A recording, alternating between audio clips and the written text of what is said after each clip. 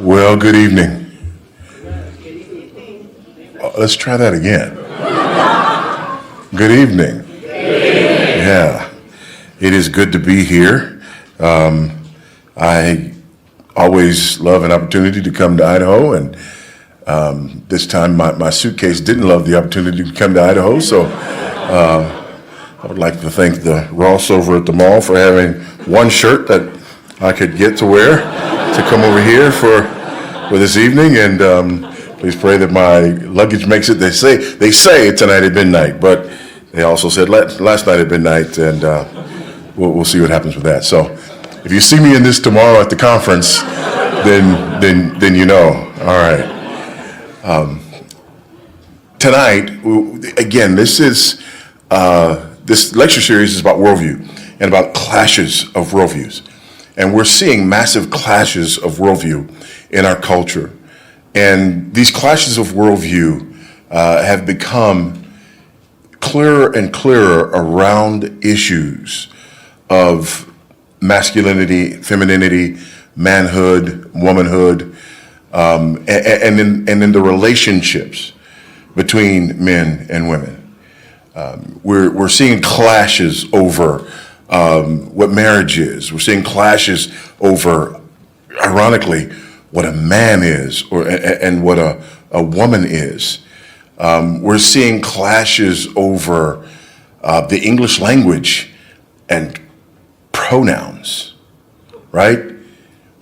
So all of these things are happening, and what I want us to do, I want us to look at this from a worldview perspective. Now, when we talk about worldview, there's several ways that you can describe it. A worldview is really your underlying assumptions that you rely on in order to interpret reality. Your worldview functions like a pair of glasses. We've heard the saying, looking at the world through rose-colored glasses, right? Whatever, your glasses are, they're going to color everything that you see. That's what your worldview does. Your worldview colors everything that you see. Another metaphor we could use is your worldview is like it's like a map. Been riding around town today, looking for clothes to wear, and it's been interesting to have the GPS. Right, I'm in an unfamiliar place, and the GPS will orient you. Right, you look at a landmark, and then you look at the map, and that helps orient you. Our worldview does that for us as well. Our worldview orients us. And then lastly, your worldview is like a puzzle picture. If you've ever put together a puzzle, you get the puzzle, you get the box, and there's all the pieces in the box. You open the box, you pour out all the pieces, and then what you don't do is get rid of the box. Right? Because you need the box in order to determine where these pieces go, right? Especially if it's one of these big old, several thousand piece puzzles. So what you do is you pick up a piece and you look at the composition of that piece, and then you compare it to the picture on the box, right? And that box sort of helps you, the finished picture, what it's supposed to look like when it's done, helps you to determine where a given piece goes. Your worldview functions in that way. Your worldview sort of says to you, this is what things are supposed to be like. So life throws you a puzzle piece, if you will, and you look at the composition of that puzzle piece and try to determine where it fits based on your worldview. So those are some ways that we kind of get our head around what we're talking about here. It's been really interesting for me living for the last 7.5, almost 8 years in Zambia, in South Central Africa. One of the most interesting aspects of it is you never really examine your worldview until you are exposed to other worldviews. Most of us we don't think we even have a worldview, right? Things just are a certain way, right? We come to our worldviews uncritically, but when they're challenged, then all of a sudden we begin to think about our worldview. Now, there's a couple of ways that we can communicate our worldview. One way that we can communicate it is the elements of our worldview. And, depending on how you want to categorize it. There are a number of different ways you can do it, but I like to categorize it with these five, right?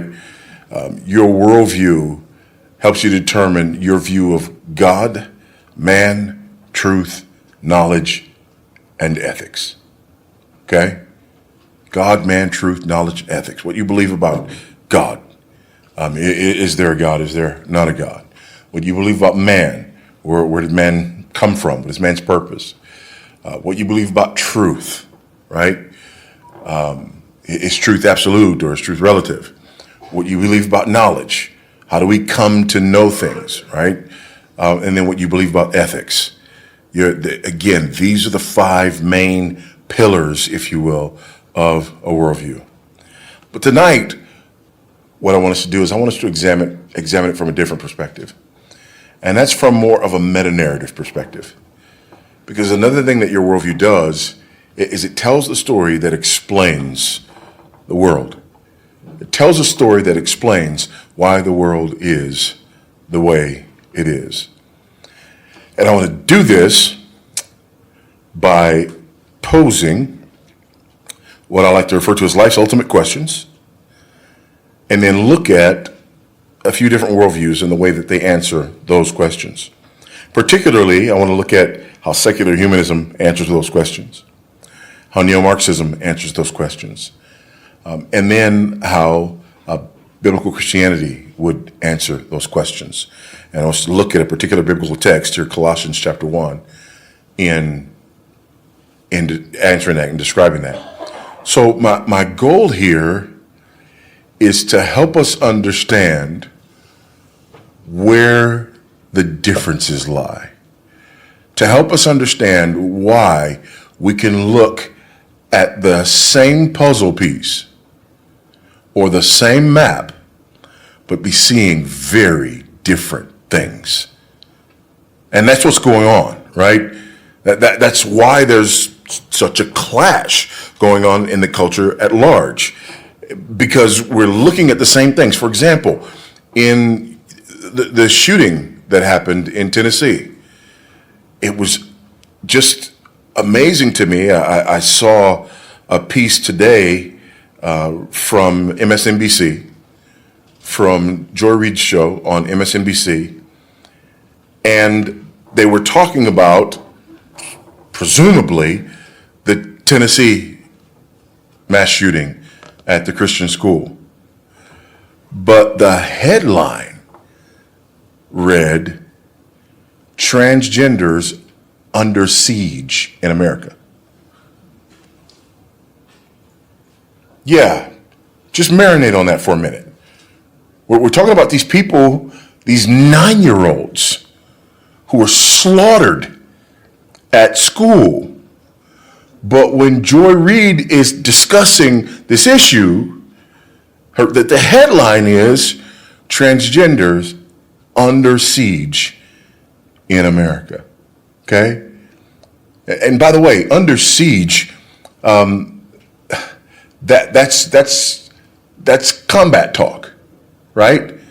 That's militaristic talk. It's mind-boggling, but this is a worldview issue. The guests that she had on, some of the things that they were choosing to say, some of the ways that they were choosing, to sort of position their arguments, it was quite amazing. But again, the difference is worldview. So let's look at that. Those 4 questions. Who am I? Why am I here? What's wrong with the world? Because something's wrong with the world. And how can what is wrong be made right? Every person who has ever lived, every person who will ever live, is going to has wrestled with these 4 questions. And your worldview has a meta-narrative. It has a story, an overarching story that helps you to answer these 4 questions.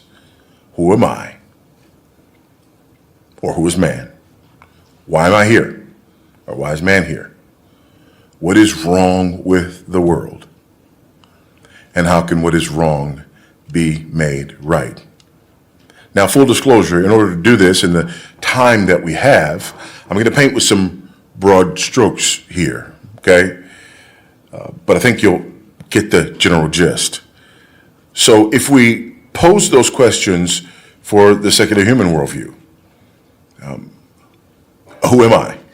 Well, according to secular humanism, at the end of the day, I am the result of random evolutionary processes, okay? From the goo to you by way of the zoo, right? I am the result of random evolutionary processes, okay?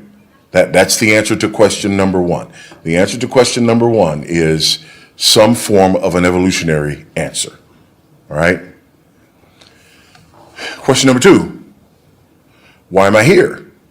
Well, if I'm the result of random evolutionary processes, then ultimately, I'm here to do what? I'm here to consume. I'm here to enjoy. I'm here to, procreate. I'm here for those basic biological reasons, right? That's why I'm here. What's wrong with the world? Now, secular humanism usually comes down on one of two sides, and oftentimes both. What's wrong with the world? What's wrong with the world is that we are either insufficiently educated or insufficiently governed. We're either insufficiently educated or insufficiently governed, which leads you to question number four, how can what is wrong be made right? More education, more government. It's G-U-B-M-I-N-T, government, okay? And we see this, don't we? Again, I'm painting with a broad brush here. I told you that. Full disclosure, I'm painting with a broad brush here. But we see this. We see these answers played out in the culture at large. We see that, again, who we are, some kind of evolutionary answer. Why we're here, some kind of biological answer. What's wrong with the world? How do we define that? Again, we think wrongly. We're insufficiently educated, or we're governed wrongly. We're insufficiently governed. So again, we need to educate people. We need to govern people. Okay, that's that one view. And we'll play around with this a little bit more, but for now, let's look at the next one. The neo-Marxist worldview. And I choose the neo-Marxist worldview because really in our culture, we've had this massive shift to where now the predominant assumptions from which people are operating are these neo-Marxist assumptions, not necessarily classical Marxist assumptions, but more neo-Marxist assumptions. Classical Marxist assumptions, more economic assumptions, right? Naturalistic materialism as well, but the separation between the haves and the have-nots, the bourgeois and the proletariat, those who control the means of production, those who don't. But in cultural Marxism, it's different than that. We have this whole oppressor-oppressed paradigm, this idea of a hegemonic power. So in the neo-Marxist idea, who am I? I am an intersectional representation of the various groups to which I belong. I am an intersectional representation of the various groups to which I belong. Okay? That's the cultural Marxist answer. That's the neo-Marxist answer. Again, underneath that is this same evolutionary idea. But at the end of the day, I am a representative of the various intersectional groups to which I belong. I'm a representative of the various constituencies that I represent, okay? And we hear this all the time, right? We hear this in politics all the time. How's he or she doing with this group of people? How's he or she doing with that group of people, right? Not who is this person, not, what are their positions, not what's the merit of their positions. How is their messaging doing with this intersectional group? How is their messaging doing with that intersectional group? And then we judge people not on the merit of their arguments or their positions or their track record, but we tend to measure them based on the merit of the various intersectional groups with whom they identify or who identify with them. So if this candidate is popular with this intersectional group that we've deemed evil, white, male, cisgendered, heterosexual, native-born, able-bodied, right, on down to Christian, right, at the end of that, right, if you're doing with those good with those people, you're doing good with the oppressor group. And if the oppressor group likes you, doesn't matter what's coming out of your mouth, right? The oppressor group likes you, then that means you're advancing the hegemonic, oppressive power. You're a bad person because they like you, okay? So why am I here? Well, I am here to participate in this power struggle. If I am part of the oppressive group, then I am here to oppress people unless and until I'm made to stop oppressing people. If I'm part of one of the oppressed groups, then I am here to fight the power of the oppressor, right? And to somehow get the oppressor to cede power by force if necessary, and it's always necessary. Amen? Because according to my worldview, the oppressor will never cede power voluntarily. Okay? What is wrong with the world? Well, what is wrong with the world is that the hegemonic oppressors are in power. That's how we explain everything that's wrong. We define wrong by disparity. So if there's any kind of disparity, by the way, you got to be really careful with disparity too, because it's disparities that we don't like, right? The neo-Marxists will say that they have a problem with disparities, but they don't mean that. What they mean is we have a problem with disparities that we don't like, and particularly we have a problem with disparities until they don't fit our narrative. Okay? So if there's a disparity in incarceration, that fits our worldview, that fits our narrative, we press that. If there's a disparity of more black people in the NBA, NBA is like 70% plus, NFL 60% plus, that's a disparity, but we don't talk about that. Those disparities are not evil. Other disparities are evil. If there's a disparity with, women in a particular career, STEM, that's oppression. That's oppression. More women in college than men, stop talking about that. Not as many women digging ditches or picking up trash, hush your mouth. Okay? So again, we're selective about the disparities, okay? But the problem, what's wrong with the world? It's the hegemonic oppression. How can what is wrong be made right? The oppressor has to be forced to cede his power to those who are oppressed. And when that happens, it will usher in utopia. Just don't read Animal Farm. Just don't read Animal Farm, right? It won't happen like that. It won't happen like that. Because once the oppressor is gone, those oppressed groups will never, ever oppress one another. Okay, so those are those answers. Again, broad brush, but remember the questions. Who am I? Why am I here? What is wrong with the world?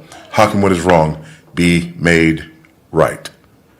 But how does a biblical worldview answer these questions? That's the worldview that I'm here to represent. So that's what I really want to give my time to For those of you who have a Bible, if you want to look on the Bible, if you got the Bible on your electronic device, like me, I have my Bible on my electronic device up here. It's in the book of Colossians. Colossians chapter number 1. Colossians chapter 1. Again, answer these questions. And as I answer these questions, here's what I want you to understand from me. I want you to understand why it is that this is the worldview that I've settled on. That why this is my answer. And I know you're probably like, well, you settle on that one because you were raised in that one. Well, actually, I wasn't. I was raised in South Central Los Angeles, California, by a single teenage Buddhist mother. I never heard the gospel till my freshman year in university. So this was not the worldview with which I was raised. Not by a long shot. Okay? Not by a long shot. All right? Maybe we can talk about that a little bit more later, but for now, let's just get into that. I just want to get that out there. Okay? For anyone who's going to have a hard time hearing what I'm saying because of some assumptions that you're making about me and the various intersectional groups to which I may or may not belong. All right. First question, who am I? Look at verse 15, Colossians 1:15. He is the image of the invisible God, the firstborn of all creation. By the way, the he there is Christ. He is the image of the invisible God, the firstborn of all creation. For by him all things were created in heaven and on earth, visible and invisible, whether thrones or dominions or rulers or authorities, all things were created through him and for him. How does a biblical worldview answer that first question? Who am I? Here's the answer. I am the crowning glory of the creation of God. As a human being, I am the crowning glory of the creation of God. There's nothing else in creation like us. We are the crowning glory of the creation of God. Genesis chapter 1, beginning at verse 26. And here's our theme. Then God said, let us make man in our image and after our likeness, and let them have dominion over the fish of the sea, over the birds of the heavens, and over the livestock, and over all the earth, and over every creeping thing that creeps on the earth. So God created man in his own image. In the image of God, he created him. Male and female, he created them in the image of God. As God's image bearer, unlike anything else that God has created. Having inherent dignity, inherent worth, and inherent value as a direct result of being created in the image of God. Now listen, if you don't think this matters, then riddle me this, Batman. We can take it from something small to something large. We can take it to something small, like Johnny is bullying Susie in class. Johnny don't bully Susie. Why? Tell me, secular human worldview, why should not Johnny bully Susie? If Johnny and Susie are just the results of random evolutionary processes and they've gotten here because they were just better suited for survival than other organisms and entities, then the only thing that ought to matter is that Johnny's bigger and stronger than Susie, and Susie's got something he wants.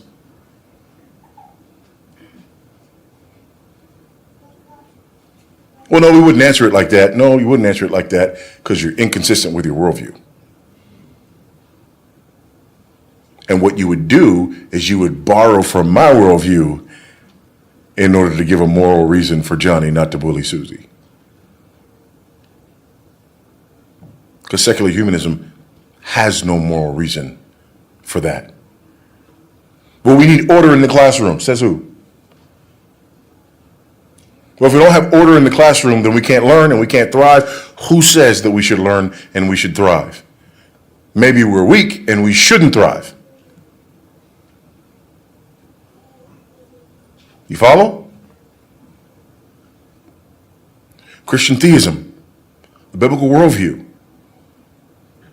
Johnny, don't bully Susie. Why?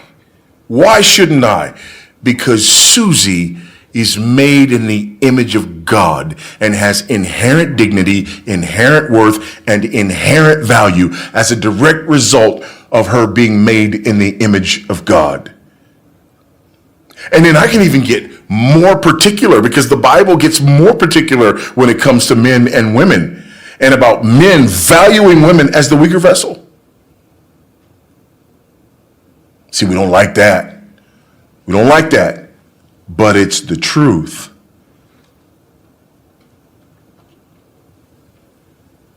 It's the truth.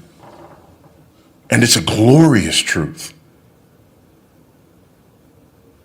that calls upon men to protect and value and esteem and cherish women.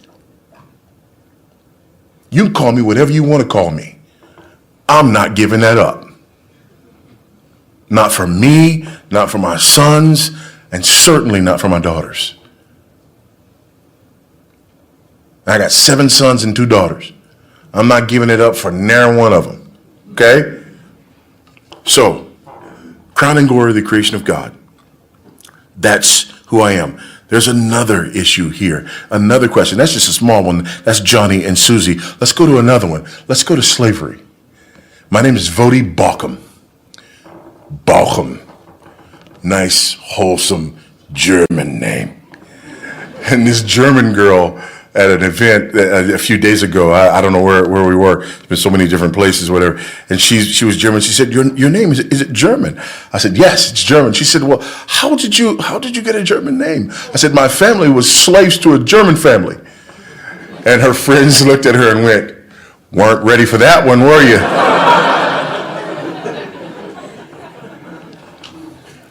And then it was just one of those moments where the penny dropped, you know. She was like, yeah, I walked right into that, didn't I? And I'm like, yeah, you know, we're good. Oh, we're good. We're good, though, right? I've never been a slave. You never owned a slave. We're good, you know. Why, though? Why would slavery be wrong in an evolutionary worldview of any kind? Wouldn't it be the most right thing in the world in an evolutionary worldview? Especially a worldview that deemed certain people as less fit due to their avenue of evolution. Right? No. Christian theism says the crowning glory of the creation of God, made in the image of God with inherent dignity and inherent worth and inherent value as a direct result of being made by God in God's image.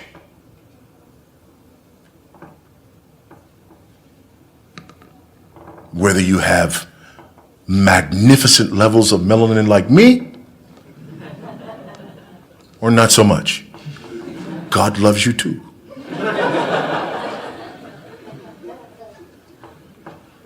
So that's the who am I question. What about the why am I here question? Verse 16, therefore, by him all things were created, in heaven, on earth, visible, invisible, whether thrones, dominions, rulers, authorities. All things were created through him and for him. He is before all things. In him all things hold together. He is the head of the body, the church. He is the beginning, the firstborn from the dead, that in everything he might be preeminent. In everything he might be preeminent. Why am I here? To bring glory and honor to the one who created me. That's why. Not to eat, drink, and be merry, because tomorrow we all die. I am here to worship, serve, bring glory and honor to the one who created me in his image. That's why I exist. That's why you exist. That's why mankind exists. to bring glory and honor to the one who created us. Why are men made the way men are and women made the way women are? Because it maximizes the glory that we bring to our Creator. That's why. That's why. And that's why it matters. That's why it matters. So wherever we come down on this, we have to come down in a place that recognizes who we are and recognizes why we're here and presses that issue. If we're just here for biological reasons, again, just try to imagine that. You know, one of the fascinating things to me is there are many groups, especially in the Marxist worldview, who see, for example, marriage as a means of oppression, right? Marriage is a means of oppression. Marriage exists to oppress women. Marriage was invented and created by men in order to oppress women. And I'm just thinking, okay, how'd that meeting go, right? Guys, listen, I know we're running around having our way with any woman that we want to. They get stuck with the babies. We don't. We're free to go around and propagate and do whatever we like to do, okay? But I think there's a way that we could probably oppress them more than we're oppressing them now by just leaving them with babies and no protection. If we would commit ourselves to one of them for life and partner with her to raise the children, that would show them.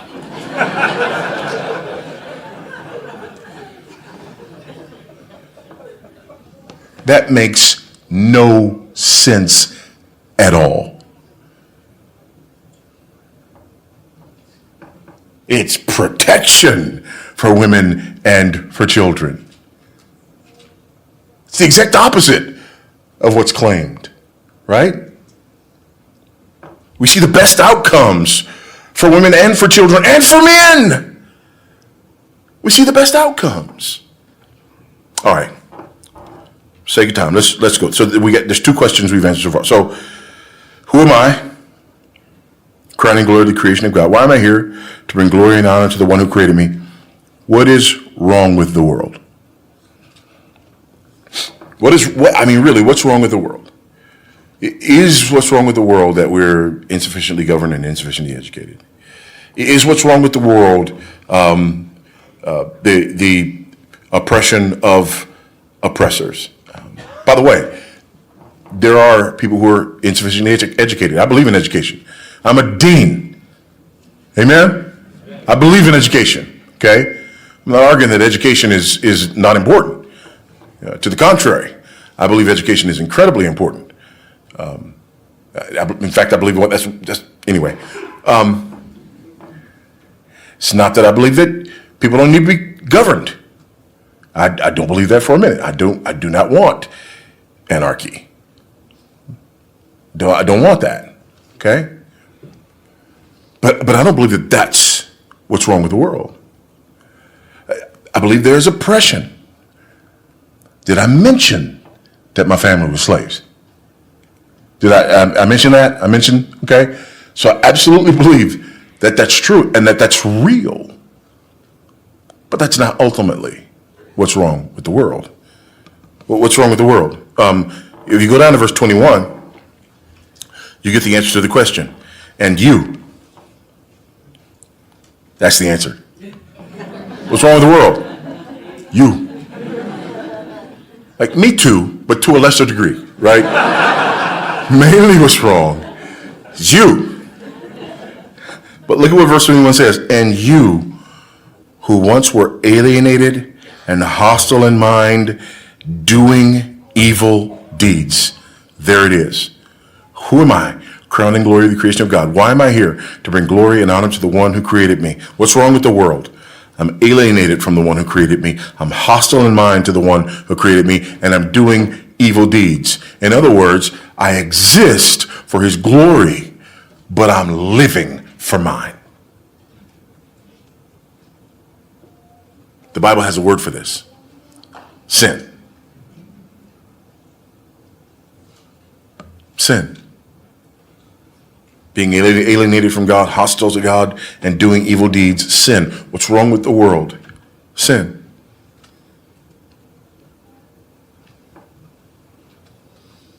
From the fall of Adam in the garden, that's what's wrong with the world. That's how our worldview answers this question.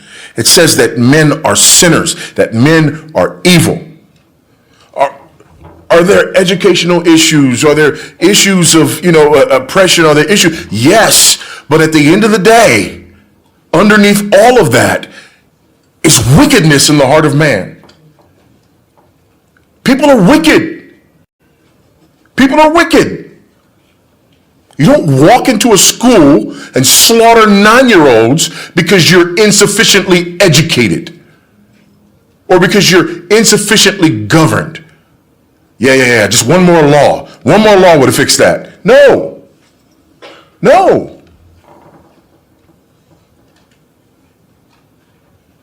That's not the answer. There is real wickedness in the world. There is real sin in the world. People are sinful. You don't even have to watch the news for a week. Just watch it tonight. In fact, you don't even need to watch the news. Just take an honest look inside your own dark heart. The things that you think.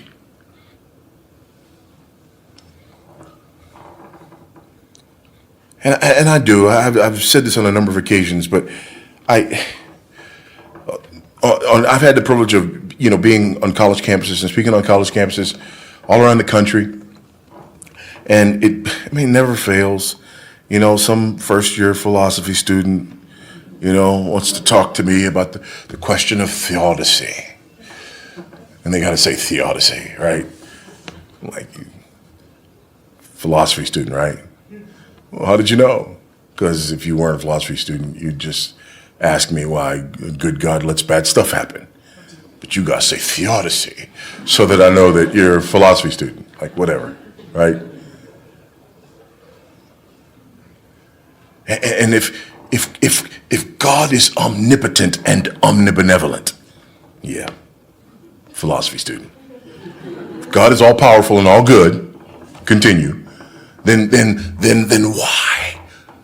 why would he allow tragedies like that to happen to innocent people? That's the question. And I don't answer the question. I don't answer the question. Here's why I don't answer the question. Because I'd much rather force people to acknowledge the fact that they're not being honest about the question. They're not asking it the right way. I'll answer the question if you ask it the right way. And here's how you ask the question the right way. If God is so good, God is so powerful, and if God is so just, then why did he not kill me in my sleep last night because of what I thought, said, and did on yesterday? You ask me the question that way and we can talk. But you point outside of yourself and act like the only sin that a just and righteous and powerful God would deal with is the sin of those people, then you're arrogant or blind or both. Let's get into your wicked heart. And you talk to me about your amazement that God didn't strike you down because of your wicked and sinful heart. Then we can deal with the issue. But right now, you're not being honest.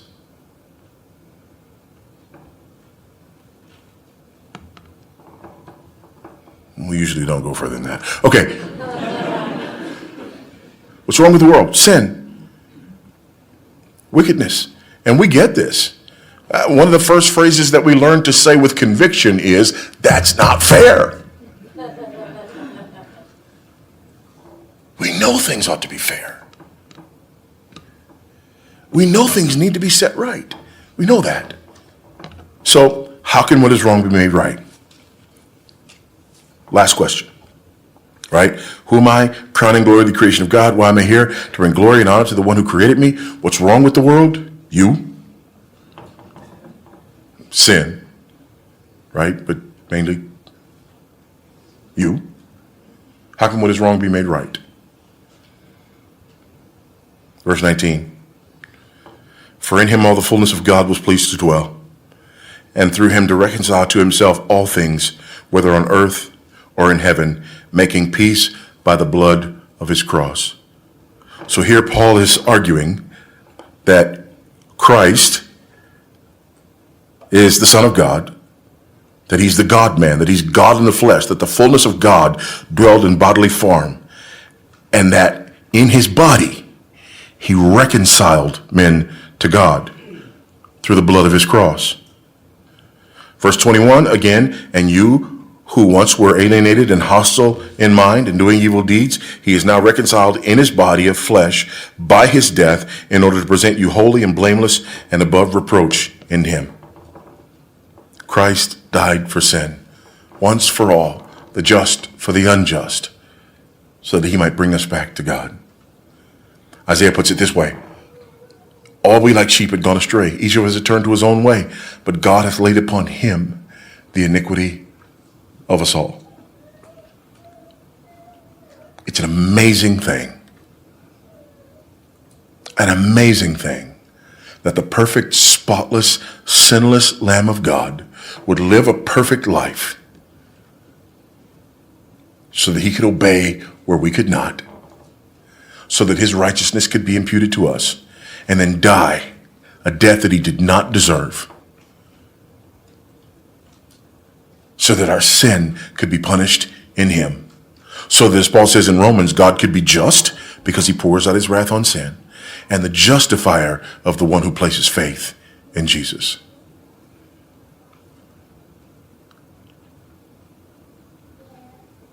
How can what is wrong be made right? Through the person and work of Jesus Christ. Through our sin being atoned for, and us being transformed and conformed to the image of God's righteous Son, Jesus. That's how Christian theism answers those four questions. Now, here's what's interesting. We hear that, and the response oftentimes is, well, okay, what about this? And that doesn't seem right. That doesn't seem fair. And you believe this about Jesus, and you believe that about Jesus. How can you believe this about Jesus? How can you believe that about Jesus? And those questions are fair questions. However, again, I want to sort of set the table for asking those questions. It's amazing that people hear me talk about Jesus being God in the flesh. They hear me talking about a triune God. They hear me talking about penal substitutionary atonement. And they're like, how can an intelligent person believe that? And they're an intelligent person who believes that nothing exploded and gave us everything.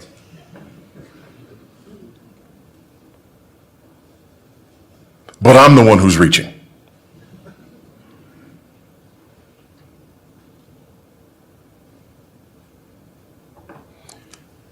Here's the deal.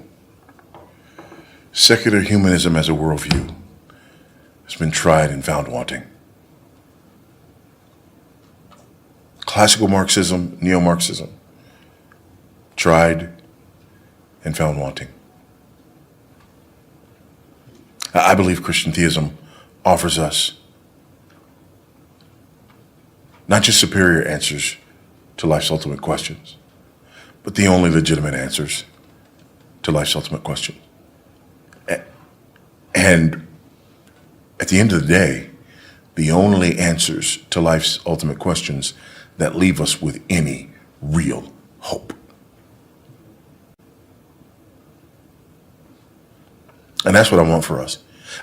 And I think so many times, we have discussions about things like this, and we talk about, homosexuality and transgender and, same-sex marriage and, all of these issues surrounding sexuality. And we talk about, feminism and all these sorts of things. And we talk about it, and often my perspective is painted as one that is ultimately a power grab, right? I want certain people to have things and other people to not have things, and I want to grab power for myself. And again, what you're hearing tonight, I hope, is that this has nothing to do with a power grab for me. My desire is that Christ might have the full reward for which he died. That's my desire. I believe this because I believe it. I teach this and I preach this because I believe it, and because I believe that you are made in the image of God, that you have inherent dignity, that you have inherent worth, that you have inherent value because you're made in the image of God. I believe that you exist to bring glory and honor to the Most High. As you, not as what I want you to be, as you. God created you to bring him glory and honor. What is wrong with the world is you don't do that. You try to define yourself, to please yourself, to worship yourself, to satisfy and gratify yourself with no thought for bringing glory and honor to the one who created you. But I believe there is an answer. And that answer is the redemption that is available in Christ to all who will repent and believe. Okay? So, there they are. I've gone a couple of minutes over the time that was allotted. I hope that's okay. Been riding around town all day trying to find a shirt. Y'all can give me 3 minutes, right? Okay. So we're going to take our break, I think, and set up, and then we'll do our Q&A. All right, so the first question. God commands that we speak the truth in love. Yes. There is a war on truth and an attack on parental rights and the nuclear family. How can parents protect their children and stand up for the truth in love in a world undermining those trying to defend the innocent? I think the answer is in the question, right? We've been told to speak the truth in love. We've been told to speak the truth from that place of love. I think what we really need to be careful about is allowing the culture to define love. So here's what the culture does. The culture says, because they know that we've been told to speak the truth in love, right? They know that God is love. They get that. They get that we've been called and commanded to love. So what they do is they redefine love. And they redefine love as agreeing with me. Right? Love means you agree with me. So then, whenever we openly disagree, they can come back and say, aha, you're not being loving. That's not very Christian, right? So, no, we can't do that. I think what we need to do really is push back and start defining love for people. Helping people understand what love is, right? God is love. And I love, there in 1 Corinthians 13, love does not rejoice in wrongdoing. Right? Love does not rejoice in evil. Love does not rejoice in wrongdoing. So if there's wrongdoing, then the loving thing to do is to rebuke the wrongdoing, right? So I think we need to help people understand what love is. And I think we also need to understand the difference between, because sometimes people are not loving, right? Sometimes, let's just be honest, right? Sometimes people are jerks. I mean, sometimes they are. Sometimes they're ungodly in the way that they interact with people. And if that's the case, then that needs to be rebuked, right? But we need to understand the difference between us being out of line and somebody rebuking us because we're out of line, and somebody redefining love so that they can just off-balance us, right? And keep us from engaging openly and honestly in the argument. And most times, it's the latter and not the former.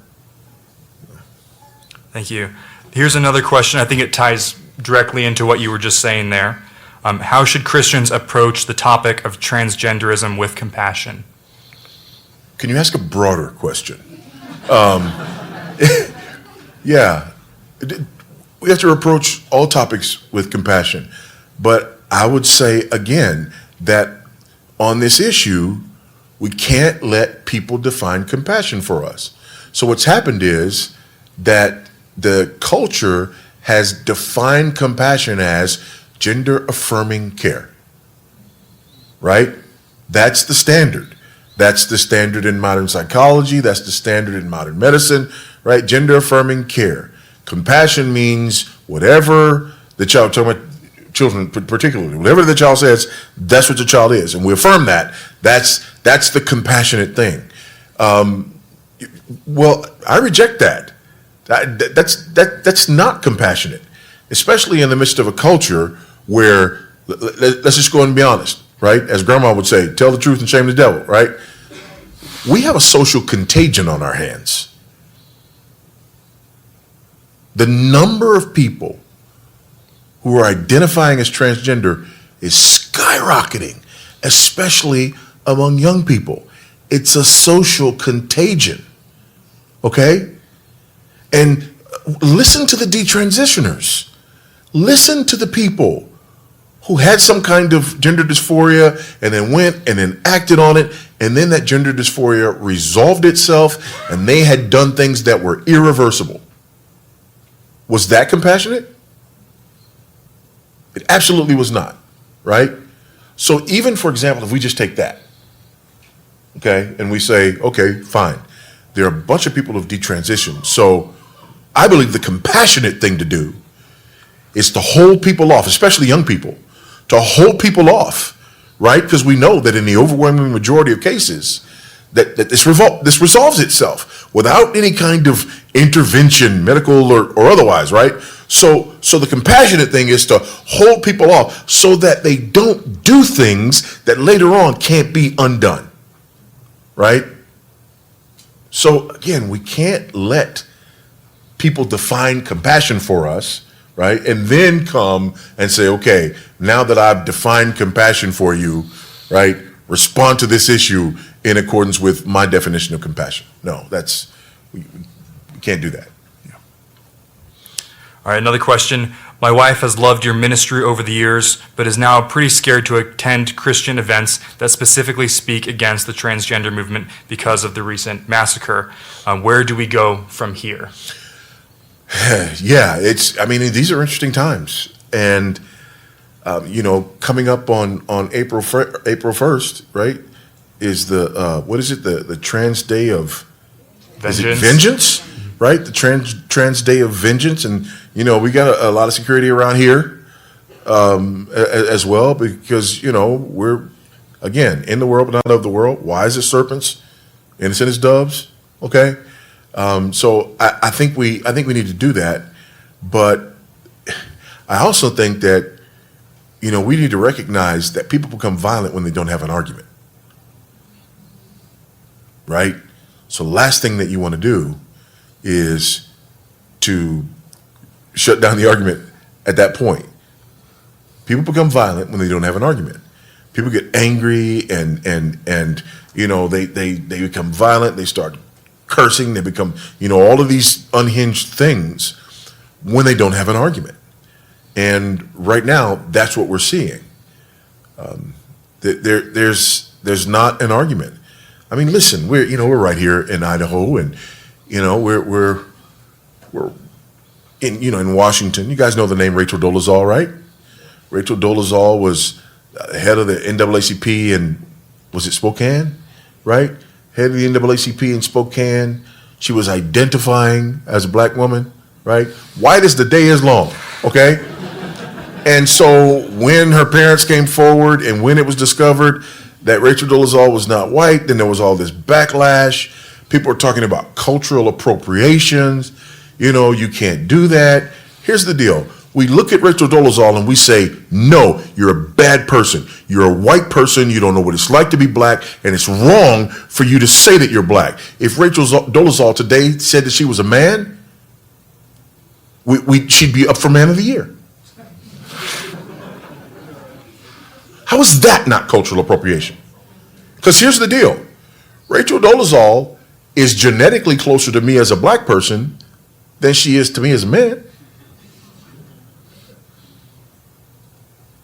Do you see the inconsistency there? Right? It just, again, as we say in the South, that dog won't hunt. And we need to press that. We need to press that. People are being harmed right now. And we need to press that. And I think as people become, unhinged, and as people become violent and everything else, I think it becomes even more important that we press this issue. And especially when you see, like, who saw that special? It wasn't a special. It was just on MSNBC with I just said her name.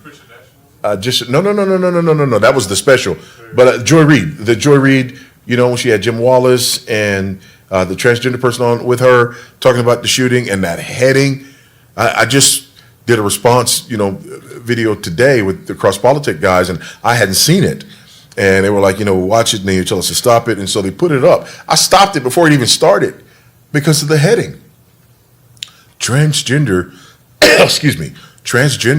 under siege in America. I'm like, wow. Talk about Orwellian, right? Slavery is freedom, right? This is a transgender person shoots up, a school, and the response to that is to get on TV and talk about transgenders under siege in America. So yeah, I mean, now's not the time for us to recoil. We don't have to be unwise, but it's not the time for us to recoil. And yeah, we don't walk in fear.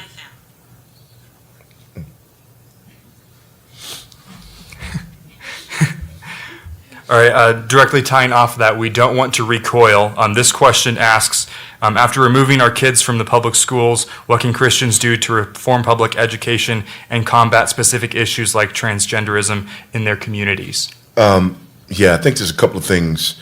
Number one, I think people are doing good work in that regard, right? And I want to commend people who are engaging in the civic sphere on those issues.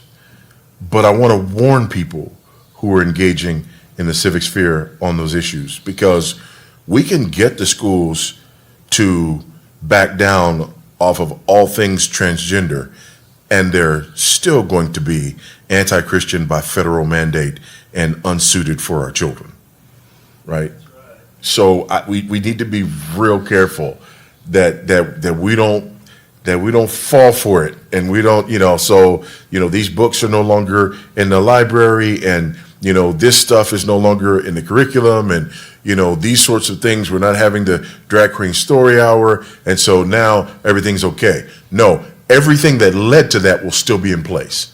The worldview that undergirds that will still be in place, and the school system, the government school system, GUBMINT, will still be anti-Christian by federal mandate. Okay. So the underlying worldview, where it has this framework of oppression and power dynamics, is that compatible in any way, even a small way, with the Christian worldview? No, not. Here's the thing. To the degree that there is oppression in the world, right? No whole lie can survive. It has to borrow, to steal an element of the truth. And we've all seen oppression, right? We all know that there are things out there that are oppressive. So in that sense, we as Christians, we recognize that there is satanic oppression, right? And in that sense, we are at war with oppression. But what I'm talking about is this neo-Marxist worldview that defines and understands all relationships as being defined by this power dynamic, by this oppressor-oppressed power dynamic, right? That's the difference. All right, I think two more questions for tonight. These are going to be kind of a little bit on a different track. How would you respond to someone who insists that we need quote unquote proof for biblical truths? That depends on how they're defining proof, right? In 1 Peter 3, as Christians, we're told to always be ready to give a reason to anyone who asks us the reason for the hope that is in us. So as Christians, we ought always to be ready to explain what we believe and why we believe it, right? So to that extent, I agree, but that's usually not what people are talking about.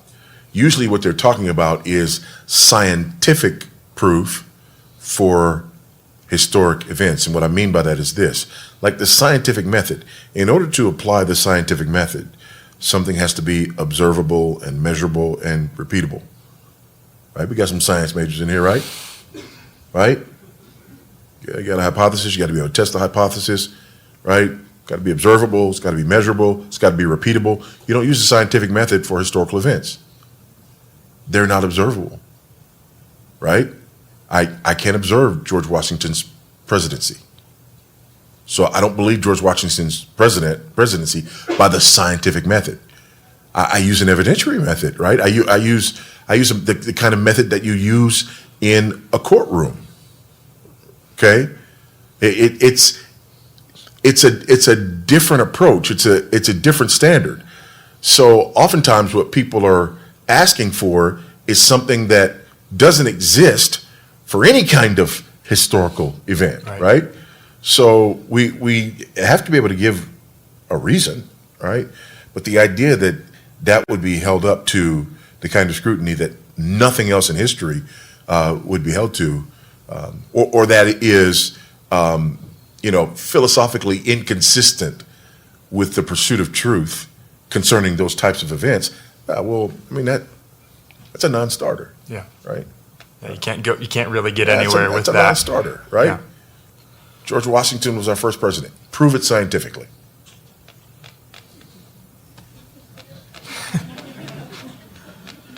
Right. All right. One final question. Also a objection brought against the Christian faith. How do you address those who disagree with the premise that people are sinners and believe that man is inherently good, but just makes mistakes and they do bad things, but inherently they're good? How do I address those people? Have kids. That's how I address those people. Have kids, right? And you'll have to teach your kids almost everything. Sin will come naturally. It's in there. It's in there. And it will come out. And you don't have to teach it. You don't have to teach them how to lie, how to cheat, how to steal. You don't have to teach them how to hate. You don't. In fact, it's the other things. You have to teach them how to respect other people's property, right? You have to teach them how to tell the truth. You have to teach them how to, again, people who are saying that, they don't have kids. Yeah. You have to teach them why Billy shouldn't bully Susie. Yeah, exactly. Yeah. It's there. Then the other thing too, I think, is that when people hear, again, most people, when they think about Christianity, they have a caricature of Christianity in their mind. It's not the real thing. It's not what you find in Scripture. the husband-wife relationship, for example, right? They're not looking at Ephesians chapter 5. They can't be looking at Ephesians chapter 5 and you know, talking this feminist nonsense of marriage as oppression and yada, yada, yada, right? The same thing when it comes to sin. They have this caricature which sees sin as the most egregious things that people can ever do or have ever done, right?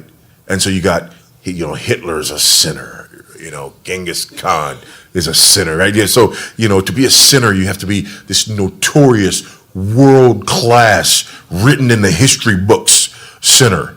And so when they use that as their definition of sin, then they come back and they say, you know, people are not that. And I'm going to say, first of all, okay, I'll give you that. Most people are not that. But second of all, I would say all people have what it takes to become that. All people have in them what it takes to become that.